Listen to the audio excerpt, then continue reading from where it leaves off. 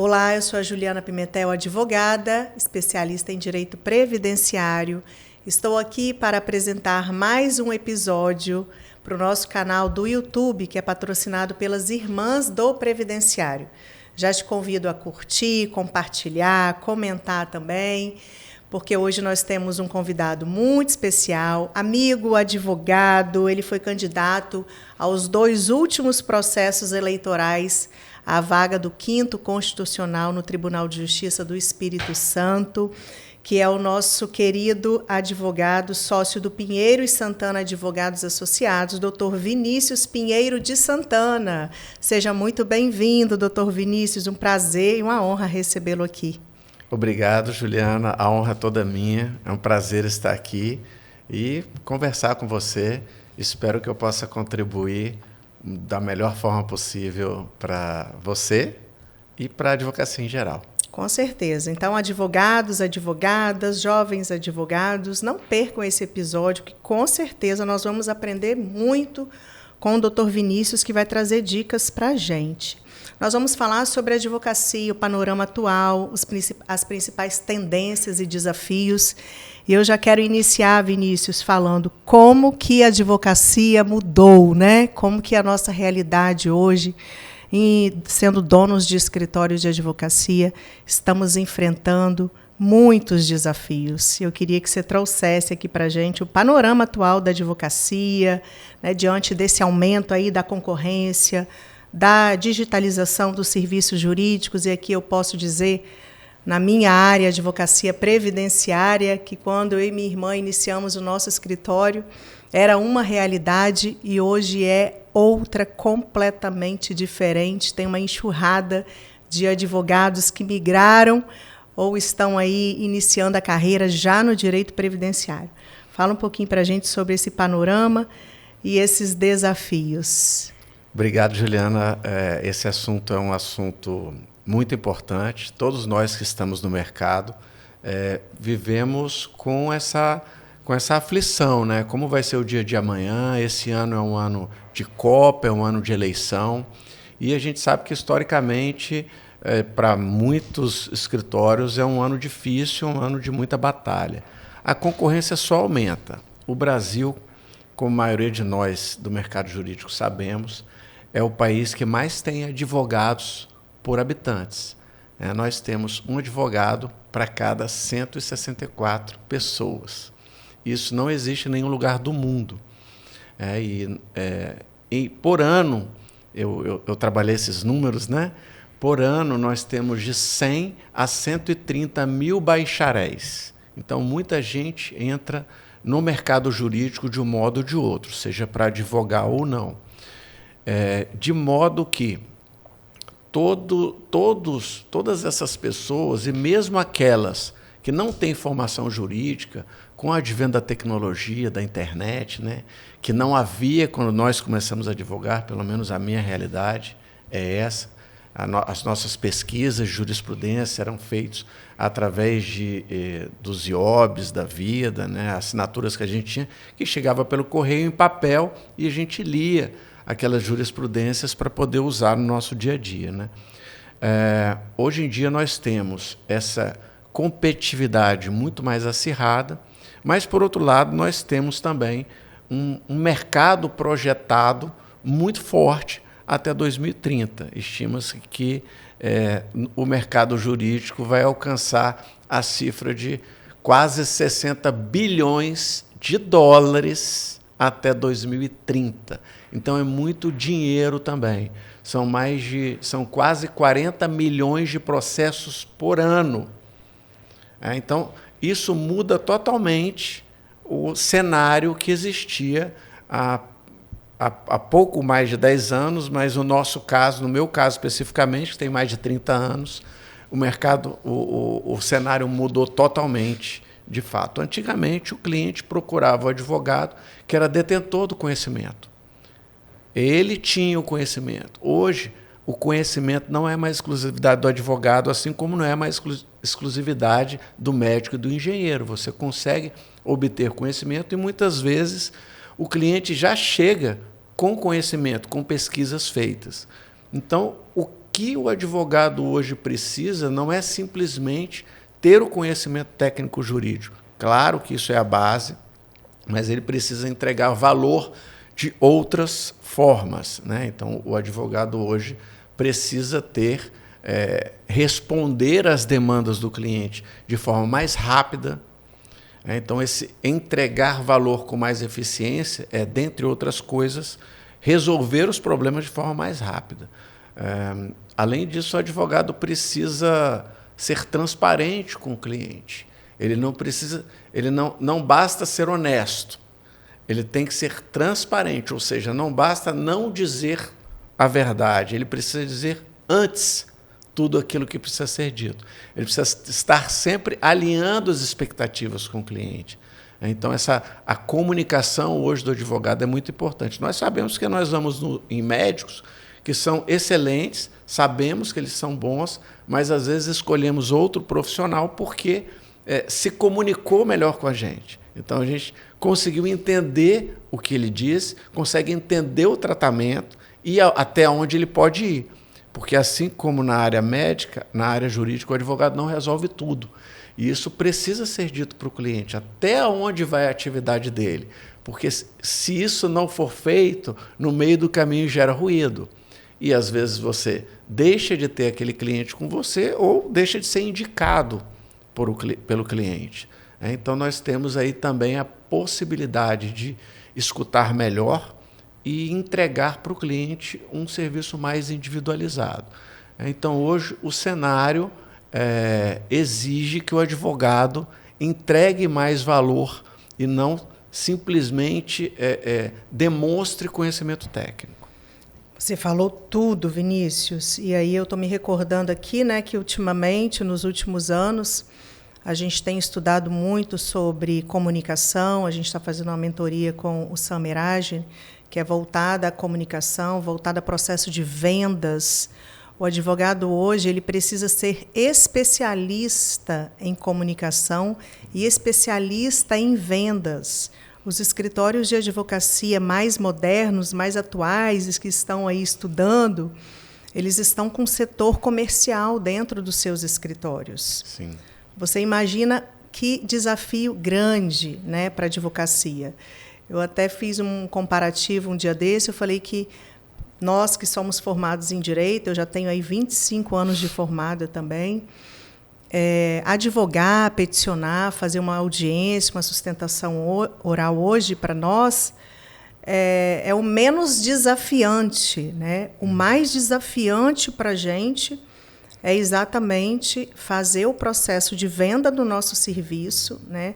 Fazer a captação também, porque hoje em dia existem aí uns meios legais de captação pela internet, que é o tráfego pago, que é um processo, na minha opinião, dificílimo, tem um linguajar que a gente nunca escutou na vida e que a gente está precisando aprender.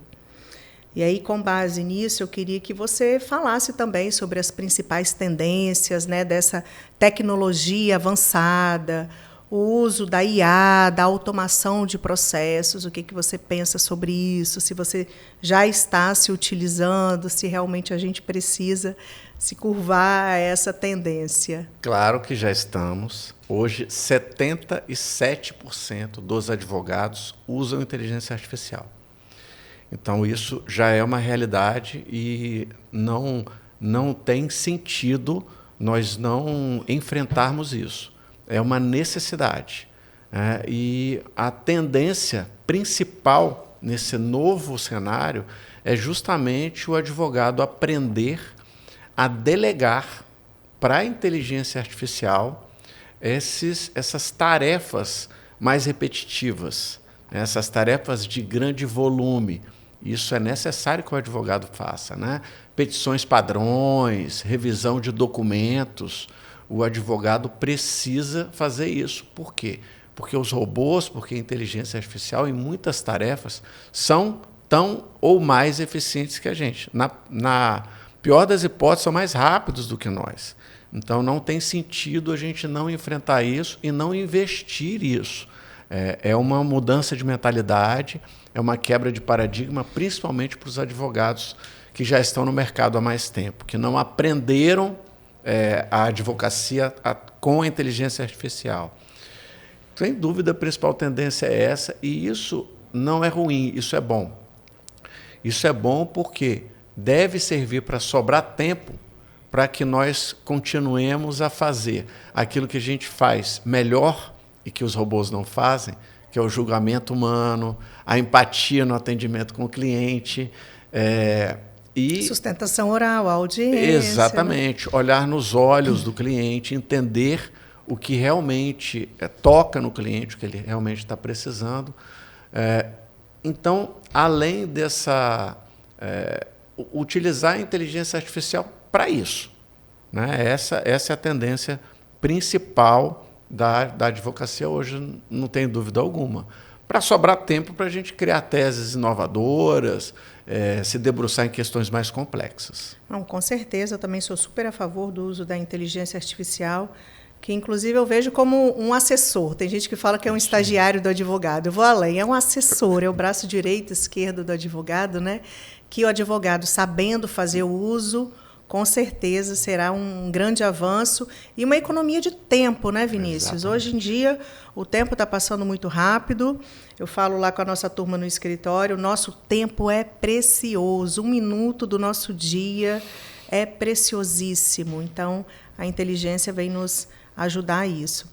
E aí eu queria te fazer uma pergunta. Você tem rede social? Tenho, claro. Pode passar a sua rede social para a gente começar a te seguir? Olha, pessoal, a rede social do Vinícius. É Vinícius P de Pinheiro, Santana, com 2 N's no final, underline, que a gente fala, né? ADV. Isso, e tem também a rede social do seu escritório, né? Tem, é Pinheiro de Santana. Pinheiro de Santana. Vamos, pessoal, vamos seguir então a rede social do Dr. Vinícius, Dr. Igor também, um grande abraço, Dr. Igor Pinheiro, que é sócio e irmão do Dr. Vinícius.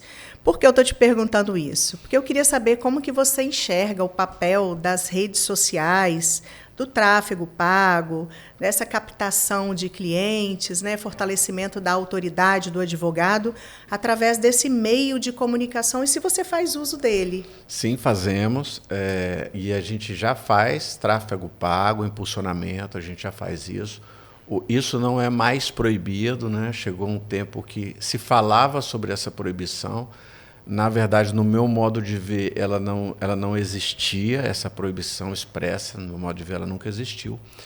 O que o advogado tem que tomar bastante cuidado é para que não ultrapasse, né, não induza o litígio. O advogado não deve usar as redes sociais, fazer sua comunicação através das redes sociais, assim como não deve fazer sua comunicação fora das redes sociais, induzindo o litígio. O advogado, no Brasil, diferentemente de outros países, né, como os Estados Unidos, por exemplo, ele não pode incentivar um divórcio, ele não pode incentivar uma disputa judicial. Então, o que ele deve fazer é divulgar sua autoridade nas redes sociais, demonstrando que ele tem conhecimento jurídico e que justamente, como a gente acabou de conversar aqui, que ele sabe se comunicar, né? Vou entrar na questão das habilidades atuais dos advogados, né? O que se exige em grande parte hoje do advogado, além do rigor técnico e da ética inegociável, o advogado tem que trabalhar com esses valores na base da sua atividade, na base da sua profissão, né? Ética e técnica, sempre. Isso nunca vai mudar. Agora, ele tem que ter inteligência emocional, mais do que antes. Ele está mais pressionado. A competitividade leva a isso. Ele tem que ter mais capacidade de negociar. Isso tudo ele aprende. Ele aprende no dia a dia, aprende com técnica e aprende com autoconsciência. No caso da inteligência emocional, existem treinamentos para que a gente desenvolva todas essas habilidades que não são aquilo que a gente chama de hard skills, né? Que seria o rigor técnico, a ética também não deixa de ser, Mas, sobretudo, a inteligência artificial, a inteligência emocional, a capacidade de negociação e outras coisas como a escuta ativa, né, para poder realmente entender o que o cliente quer dele. Tentar e conseguir ler nas emoções dos clientes o que o cliente está realmente passando para ele. Quando o cliente se posiciona, quando ele diz o que ele quer, muitas vezes tem algo por trás daquilo ali e que ele não está conseguindo, por algum motivo, expressar. Então, isso tem que ser buscado. Saber fazer perguntas para extrair do cliente o que realmente está incomodando ele, para saber até que ponto você pode ir. Né? Então, todas essas... além da escutativa, você tem que ter uma visão de negócio. Visão de negócio do cliente. Se o cliente for um empresário, você tem que entender um pouquinho da linguagem do empresário. Se você está na área previdenciária ou na área de família, você tem que entender mais sobre esse cliente. Sempre estudando sobre como esse cliente chega no seu escritório, lendo notícias relacionadas a isso. Porque a sua comunicação na rede social, ela tem que ser a comunicação como se você estivesse no escritório educando ou informando o seu cliente, trazendo conteúdo para o seu cliente. Você tem que fazer isso nas redes sociais.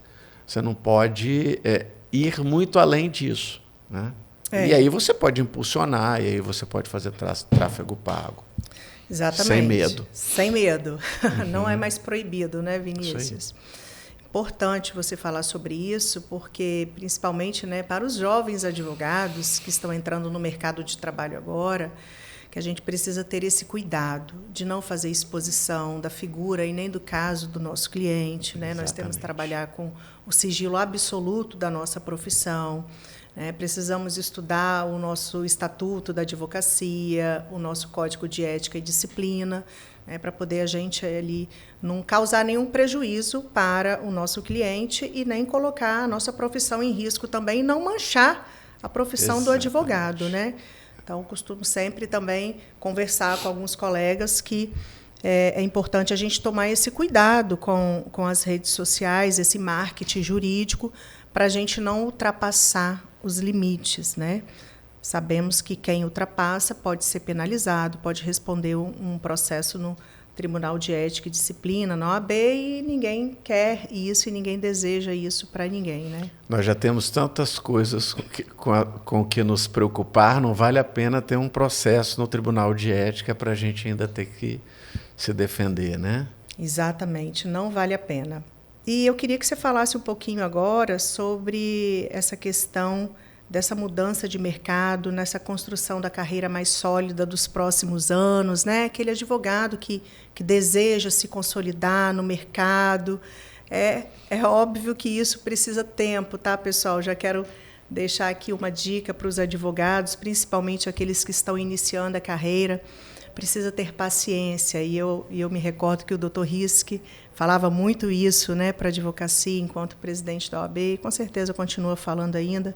É preciso ter paciência. Eu precisei esperar longos anos para ter o meu escritório. Né? Então, já tenho o meu escritório há 13 anos, mas antes disso tive aí mais de 10 anos de caminhada, fazendo período de estágio, aprendendo, trabalhando em outros escritórios, né, tendo outras oportunidades.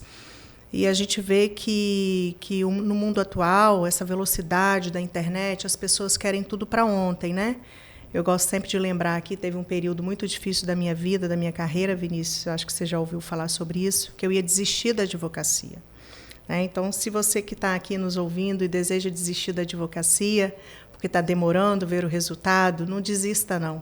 Vale a pena esperar, mas vale a pena, mais ainda, estudar, se aprofundar, buscar novos conhecimentos. Como o Vinícius falou, hoje não adianta só ter o conhecimento técnico, ser um advogado. Hoje nós temos que estudar além. Então, hoje está mais desafiante do que há 25 anos atrás, quando eu me formei em Direito. Então, queria que você falasse um pouquinho sobre isso também. Falar um pouco para o jovem, né? Seria bom, principalmente para os jovem. jovens que não têm uma carreira sólida, né? Que estão aí querendo Exato. fazer essa construção. Os jovens eles têm desafios diferentes de nós, né? Que já estamos na advocacia há mais tempo. O jovem ele tem dificuldade de precificar, justamente porque tem menos experiência. Então, eles não têm a exata noção, ou uma noção muito aproximada, do quanto de trabalho um determinado processo vai ter. Né? Imagina-se muitas vezes que essa ação aqui parece simples. Parece simples, mas às vezes vem uma decisão ruim que você tem que agravar. Né? Vem uma expectativa que não era aquela que você fez. Então, você tem que saber. Essa dificuldade de precificação e a instabilidade financeira, mais natural no início da carreira, não que todos tenham, e não que o advogado mais maduro também não enfrente esses problemas, em geral, é o jovem que está diante disso. Né? Mas, como nós falamos aqui, as redes sociais se apresentam de forma mais natural para eles, em compensação. Então, que explorem melhor para eles, as redes sociais está muito melhor para eles aparecerem. Né? A questão da experiência é como você colocou, no meu modo de ver. Conviver com advogados mais maduros, de um modo ou de outro, ou fazendo parcerias, ou sendo associado, ou até mesmo empregado, se você não tem uma vocação empresarial no início da sua carreira, tem alguma insegurança, você pode se valer desses mecanismos e até eleger alguém como, sei lá, um mentor, né, ou um amigo, ou um advogado da família, ou um advogado que está disposto a te ajudar, que tem muitas pessoas. Muita gente eu gosto muito de ajudar os outros, de dar orientação aos advogados mais jovens, e no que eu posso contribuir com aqueles que, mesmo não sendo tão jovens, estão em outras áreas, né, e a gente sempre desenvolve um conhecimento um pouquinho diferente. E não só o marketing jurídico, mas a inteligência artificial exige de nós outros estudos. Né? Então, essa capacidade de se comunicar, essa necessidade de entender bem a gramática, de ter precisão na fala, precisão linguística, porque quando a gente dá um comando para a inteligência artificial, isso faz toda a diferença. Então, o estudo de retórica, de gramática, de lógica, todas essas coisas, a literatura propriamente dita, né, a nossa rica literatura da língua portuguesa, isso tudo contribui, isso tudo gera cultura e melhora, assim, na lida com isso aí. E a orientação principal é essa, conviver com pessoas mais maduras, seja através de parceria, contrato de associação ou de empregado, para poder ganhar essa musculatura. Eu trabalhei na minha primeira fase da advocacia, de 92, quando eu comecei a estagiar, até 2002, eu me formei em 94. Então, esses primeiros 10 anos, antes de eu trabalhar como assessor no Tribunal de Justiça, eu fui uma parte associado e um pequeno período fui sócio, de advogados bem mais experientes que eu, bem mais preparados que eu. Isso foi uma escola para mim. E tinha um deles que sempre falava, olha, advogado só pode ser advogado, só pode bater no peito e dizer que é advogado depois de 10 anos de profissão. Ele dizia isso. Eu ouvi isso também. Era um modo de expressar essa necessidade de ter maturidade realmente e experiência para já ter vivido algumas coisas e dar mais segurança para o cliente, né? Dar mais segurança na sua fala na hora de oferecer um serviço para o cliente. Então, eu acho que esse período é importante. Você já quer ser empresário, você já quer ter seu escritório sem problema algum. Se você puder ter um sócio mais velho um pouquinho, é melhor. Se não for o caso, se relacionar com outros mais velhos para ter essa orientação. Excelente dica, mas o que eu achei mais importante aí na sua fala também foi que precisa ter vocação empresarial para ter seu próprio escritório de advocacia. E certamente existem vários advogados que estão trabalhando em escritórios de advocacia já com a carreira consolidada, ali dentro, né? Então, não necessariamente para consolidar a sua carreira, para você estar plenamente realizado, você precisa ter o seu escritório de advocacia, ser o dono, ser o empresário, porque o advogado hoje que tem o seu escritório é um empresário. E os desafios são imensos. Hoje, antes da gente estar aqui reunidos, eu tive uma reunião com um especialista em RH, porque eu estou precisando focar, voltar esse olhar para a gestão de pessoas, né? De pessoas, de RH, de financeiro. Então, é um assunto que a gente, advogado, né, enfrenta um desafio muito grande. Então, é uma outra área da nossa vida que a gente vai ter que estudar. Então, ser empresário, dono de escritório de advocacia, não é fácil, não. O desafio é muito grande, né, Vinícius? E tem que ter a vocação. Exatamente. Porque se não tiver a vocação, você pode estar perdendo tempo e dinheiro. Abre o escritório, ele sobrevive 1 ano e fecha. Então, é importante fazer esse estudo, essa avaliação pessoal. Hoje tem várias ferramentas, tem profissionais, tem aquela ferramenta do DISC também, que eu gosto muito. Então, antes de tomar esse passo, fica essa dica aqui.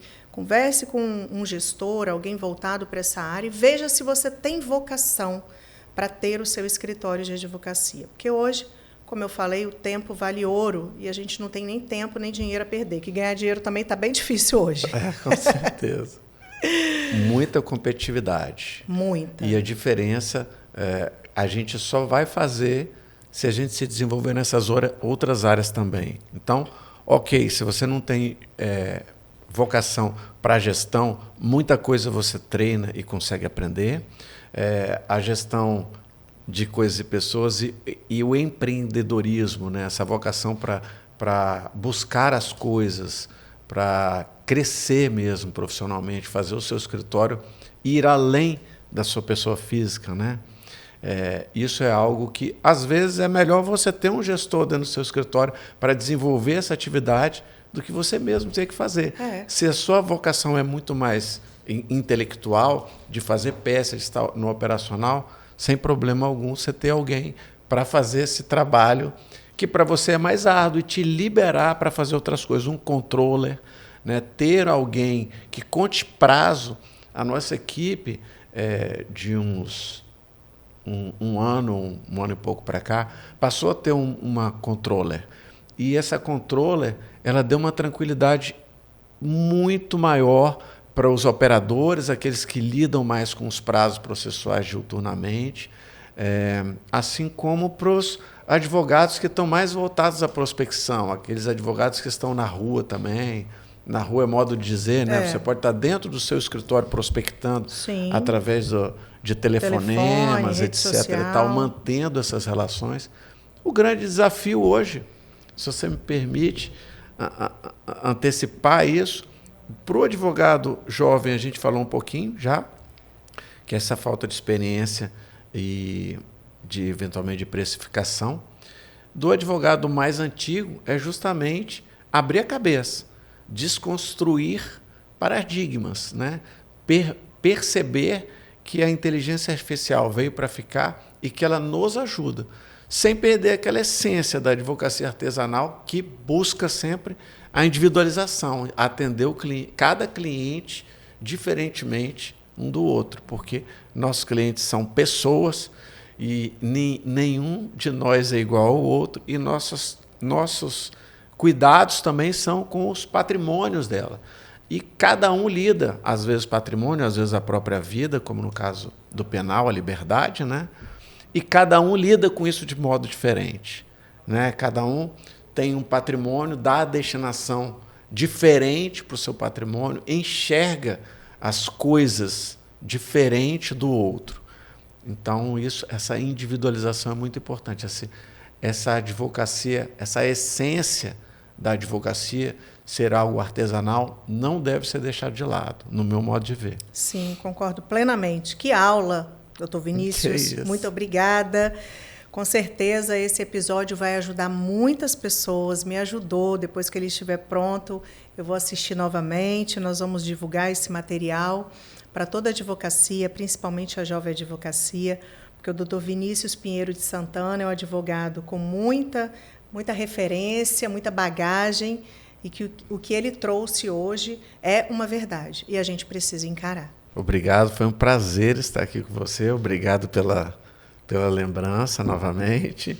E estou lhe esperando no escritório, você e a sua irmã, as irmãs do Previdenciário, Mariana, para a gente fazer o nosso planejamento. Com certeza. Já vamos agendar essa visita. Quero deixar aqui o nosso agradecimento, desejar muito sucesso para a Advocacia em Pinheiro de Santana, deixar também aqui o nosso abraço para o doutor Igor Pinheiro e toda a sua equipe também, que a gente já teve o prazer de conhecer. Obrigada, doutor Vinícius. O prazer foi todo nosso.